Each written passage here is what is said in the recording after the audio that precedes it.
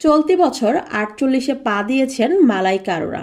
৫০-এর দোরগোড়ায় এসেও বলিপাড়ায় অন্যতম মোহময়ী অভিনেত্রীদের তকমা এখনও তার দখলে। তার রূপের জেল্লার কাছে হার মানেন তরুণ প্রজন্মের অভিনেত্রীরাও। প্রায়শই ছবি শিকারীদের ক্যামেরায় ধরা পড়েন তিনি। পাশাপাশি বলিপাড়ায় বিভিন্ন অনুষ্ঠানে মালাইকার উপস্থিতি থাকে চোখে পড়ার মতো। সাধারণত আলোকচিত্রী ও অনুরাগীদের সঙ্গে খারাপ ব্যবহার করতে দেখা যায় না মালাইকাকে। চিত্রগ্রাহকদের ছবি তোলা শেষ হওয়া পর্যন্ত অপেক্ষা করেন তিনি। অনুরাগীদের আবদারও ফেরান না। সম্প্রতি ঝলক দিকলাজার সেটের বাহিরে ছবি তোলার অনুরোধ করেন বিশেষভাবে সক্ষম এক অনুরাগী, কিন্তু তার কাণ্ড দেখে ছুটে এলেন অভিনেত্রীর দেহরক্ষী। সমাজ মাধ্যমে ভাইরাল এক ভিডিওয়ে দেখা যাচ্ছে লাল শাড়িতে মালাইকা আরোরা ভ্যানিটি ভ্যান থেকে নেমে অভিনেত্রীর ছবির জন্য পোজ দিচ্ছেন।